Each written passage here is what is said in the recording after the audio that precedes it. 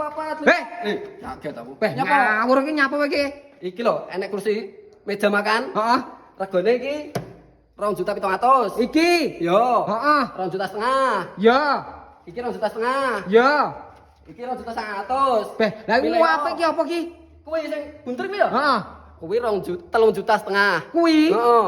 Milih yo sing ndi wis sak karepmu. Sik to, bukan milih ae to kowe jajan. Iya to. Bahane iki apa? Ya jati to, delok to masa koyo ngene iki kayu randu ora mungkin to. Jati asli iki. Jati tus nek gak jati balekno ning ekspedisi. Kok penak men to, Mas? Ya penak. Iki bakul apa sedekah? Ya karo sedekah dibakulane sedekah barang, Mas. Umpama tuku sitok. Heeh. Gitu. Iki ongkire piro nang Brebes, Mas? Wis pokoke tuku siji loro telu gratis ongkir Jawa Timur Jawa Tengah. Wah, penak men to?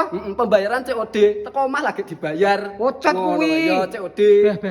Lah nek kanca-kanca pengen tuku lho, cara pesene piye? Cara pemesanan toh? Heeh. Cara pemesanan ada nomor di bawah bio profil. Ya. Langsung ditelepon. Mas Agus aku butuh meja kursi. Apa meja kursi makan? Heeh.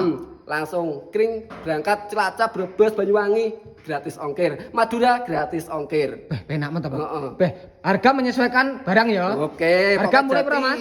Harga mulai 2.500.000. Oke, Lur. Harga mulai 2.500.000 nggih, Lur. Spek harga sesuai nggih. Monggo langsung dilarisi mawon.